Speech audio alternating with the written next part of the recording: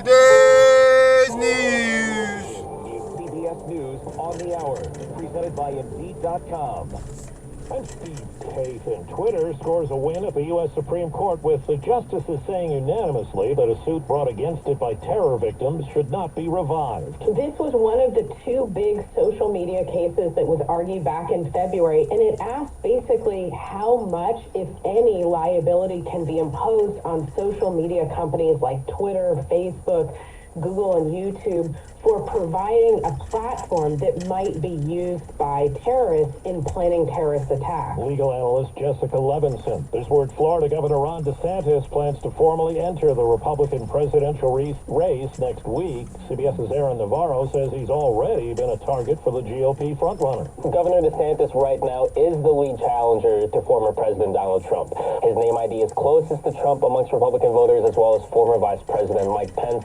And many Republican strategists and those working on other campaigns and PACs are expecting this to be a slugfest between DeSantis and Trump throughout this primary. The top House Republican now says he sees a path to a breakthrough in debt ceiling talks, suggesting a vote could come next week. CBS's Nicole Killian on Capitol Hill. Speaker McCarthy is now directly negotiating with the White House. He said both sides met last night and will continue to work until they reach an agreement. As we hear from CBS's Linda Kenyon, President Biden, who met with McCarthy this week, is in Japan now at the G7 summit. Unity. When our countries stand together, we stand stronger.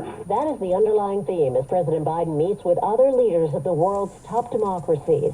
At a joint news conference with Japan's Prime Minister, Mr. Biden also said the G7 nations are united when it comes to the war in Ukraine. As you said back in January when you were at the White House, I think the quote is, we face one of the most complex environments in recent history. Well, there's news that's just out on a monkeypox vaccine. The vaccine called Jynneos proves to be effective against Mpox, says the CDC's Christopher Braden. Jynneos provides substantial protection against Mpox regardless of how it was administered or whether the recipient was immunocompromised. He says efficacy was up to 75% after one dose, 86% after the second dose.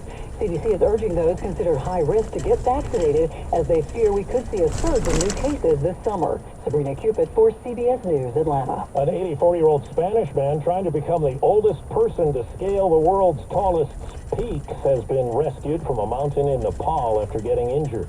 But now on Wall Street, the Dow is down 145 points. The S&P and NASDAQ are both higher. This is CBS News.